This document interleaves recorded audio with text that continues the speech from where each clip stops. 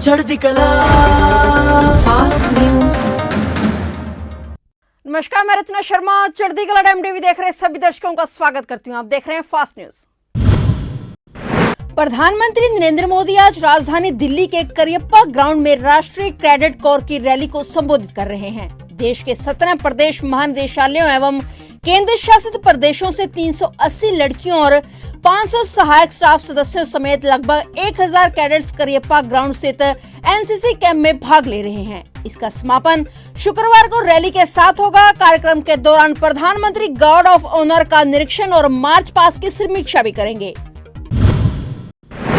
पंजाब केसरी लाला लाजपत राय जी की आज जयंती है। लाला लाजपत राय भारतीय राष्ट्रीय कांग्रेस में गर्म दल के 3 प्रमुख नेताओं लाल बाल पाल में से एक थे। साइमन कमीशन के खिलाफ आंदोलन करने के दौरान अंग्रेज सैनिकों के द्वारा हुए लाठीचार्ज में वो बुरी तरह से घायल हो गए थे, जिस कारण बाद में उनकी मौत हो गई थी। लाला लाजपत राय की जयंती पर प्रधानमंत्री ने ट्वीट कर कहा कि पंजाब केसरी लाला लाजपत राय को उनकी जयंती पर सादर नमन। स्वतंत्रता आंदोलन में उनके साहस, संघर्ष और समर्पण की कहानी देशवासियों के लिए सदैव स्मरणीय रहेगी। पंजाब केसरी लाला लाजपत राय की जयंती के मौके पर तमाम नेताओं ने उन्हें श्रद्धांजलि भेंट की है। देश में कोरोना स्थिति को लेकर आज केंद्रीय स्वास्थ्य और परिवार कल्याण मंत्री मनसुख मांडविया 8 राज्यों और केंद्र शासित प्रदेशों में चर्चा के लिए शुक्रवार को एक समीक्षा बैठक करने जा रहे हैं। यह समीक्षा बैठक वीडियो कॉन्फ्रेंसिंग के जरिए शुक्रवार दोपहर 2:30 बजे आयोजित होगी, जिसमें मांडविया आंध्र प्रदेश, कर्नाटक, केरल, तेलंगाना, लक्षद्वीप, तमिलनाडु, पुडुचेरी और अंडमान और निकोबार द्वीप समूह में कोविड-19 की मौजूदा स्थिति और वायरस के ओमिक्रॉन स्वरूप को फैलने से रोकने के लिए तैयारियों का जायजा लेंगे। इससे पहले मनसुख मांडविया ने राज्य और केंद्र शासित प्रदेशों को यह सुनिश्चित करने की सलाह दी कि राष्ट्रीय दिशा निर्देशों को ध्यान में रखते हुए होम आइसोलेशन में रहने वालों की निगरानी की जाए। केंद्रीय स्वास्थ्य मंत्री ने राज्यों और केंद्र शासित प्रदेशों में परीक्षण में तेजी लाने की आवश्यकता पर जोर दिया। उन्होंने कहा कि जो राज्य केंद्र शासित प्रदेश RT-PCR परीक्षण का कम हिस्सा दिखा रहे हैं, उनसे RT-PCR के माध्यम से परीक्षण बढ़ाने का अनुरोध किया जाए। देश में कोरोना मामलों में आज गिरावट दर्ज की गई। पिछले 24 घंटे में कोरोना वायरस के 2,51,000 नए केस सामने आए हैं। हालांकि इस दौरान 627 लोगों की जान चली गई। वहीं देश में 3,47,443 लोग ठीक भी हुए हैं। भारत में एक्टिव केस की बात करें तो एक्टिव केस 22 लाख से घटकर 21,05,611 पर आ गए हैं। यह कुल केस का 5.18% है। भारत में अब तक 3,80,24,771 लोग ठीक हो चुके हैं। बीएसएफ के सेक्टर गुरदासपुर के अधीन आती 99 बटालियन की बीओपी चंदू वडाला में आज सुबह घनी धुंध दौरान जवानों और नशा तस्करों के बीच मुठभेड़ हो गई। मुठभेड़ दौरान गोलियां भी चलाई गई। इस दौरान जवानों ने 49 किलो हेरोइन बरामद करने में सफलता हासिल की। इस हेरोइन की कीमत अंतर्राष्ट्रीय बाजार में करोड़ों की बताई जा रही है। मिली जानकारी के मुताबिक बीएसएफ का जवान गोली लगने के कारण गंभीर रूप से घायल हो गया। उसे अमृतसर के एक अस्पताल में इलाज के लिए भर्ती कराया गया है। आज सुबह 5:15 बजे के करीब चंदू वडाला पोस्ट के जवानों ने सरहद पर घनी धुंध दौरान हलचल देखी। इस दौरान पाक तस्करों और बीएसएफ जवानों में फायरिंग भी हुई। बीएसएफ का जवान ज्ञानचंद सिर पर गोली लगने के कारण गंभीर रूप से घायल हो गया और इसके बाद तलाशी लेने पर जवानों ने सरहद से 49 किलो के करीब हेरोइन बरामद की। उन्होंने कहा कि घनी धुंध के दौरान सर्च अभियान जारी है।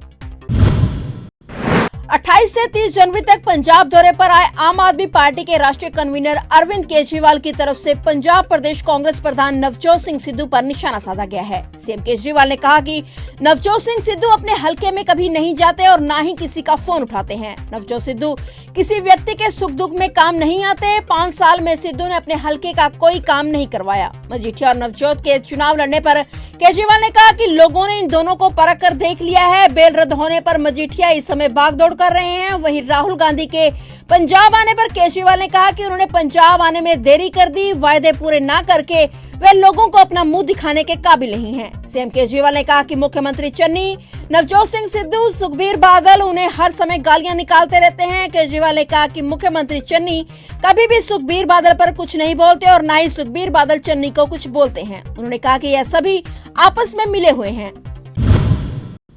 श्रोमणी अकाली दल ने हलका अमृतसर पूर्वी और हलका मजीठा उम्मीदवार विक्रमजीत सिंह मजीठिया की रिहाइश पर पंजाब पुलिस की तरफ से गैर कानूनी छापे और गैर कानूनी तलाशी की शिकायत चुनाव कमीशन को की है। आज इस बाबत शिकायत पार्टी के प्रवक्ता और सीनियर उप प्रधान डॉक्टर दलजीत सिंह चीमा ने chief election commission of India के नाम पर प्रांतीय चुनाव अफसर डॉक्टर कर्ना राजू को यह रिपोर्ट सौंपी है। शिकायत में डॉक्टर चीमा ने बताया कि 24 जनवरी 2022 को डायरेक्टर BOIB चंद्रशेखर के आदेशों पर पंजाब पुलिस ने चंडीगढ़ और अमृतसर में विक्रमजीत सिंह मजीठिया की रिहाइश पर कई बार गैर कानूनी छापेमारी की और उनके पारिवारिक सदस्यों और कोरोना पीड़ित उनकी पत्नी और 8 साल बेटे को भी तंग परेशान किया गया। इस छापेमारी का वीडियो भी शिकायत के साथ अटैच किया गया है। डॉक्टर चीमा ने कहा कि पंजाब पुलिस की यह कार्रवाई माननीय पंजाब और हरियाणा हाईकोर्ट की तरफ से 10 जनवरी 2022 को विक्रमजीत सिंह मजीठिया को दी अंतरिम राहत और 24 जनवरी के आदेशों पर जब जमानत अर्जी का निपटारा किया गया और दिए अदालती आदेशों की घोर उल्लंघना है। अकाली दल ने चुनाव कमीशन को विनती की है कि पंजाब पुलिस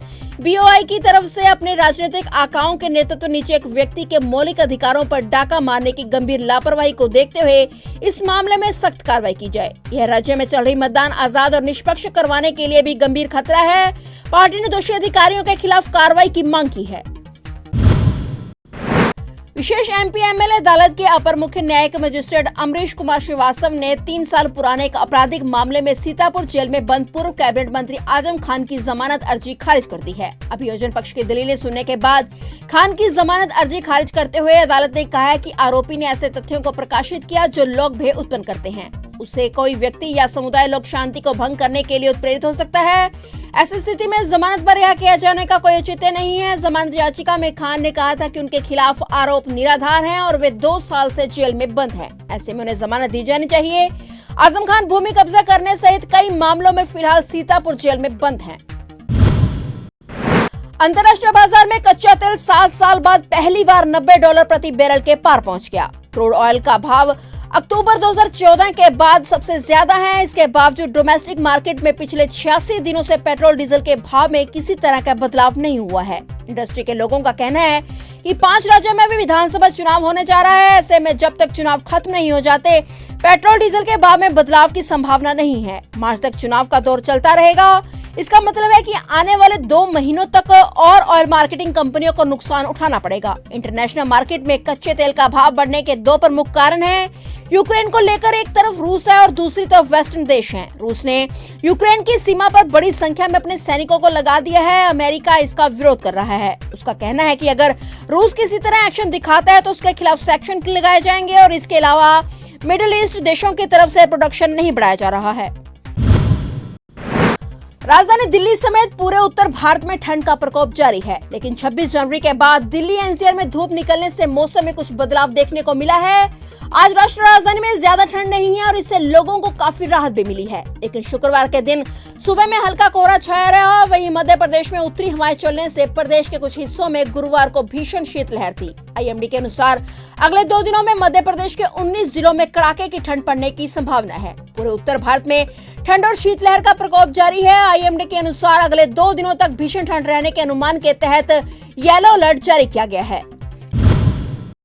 फिलहाल फास्ट न्यूज में इतना ही। तब तक के लिए देखते रहिए चढ़ती कला टाइम TV और मुझे दीजिए इजाजत। धन्यवाद। चढ़ती कला फास्ट न्यूज।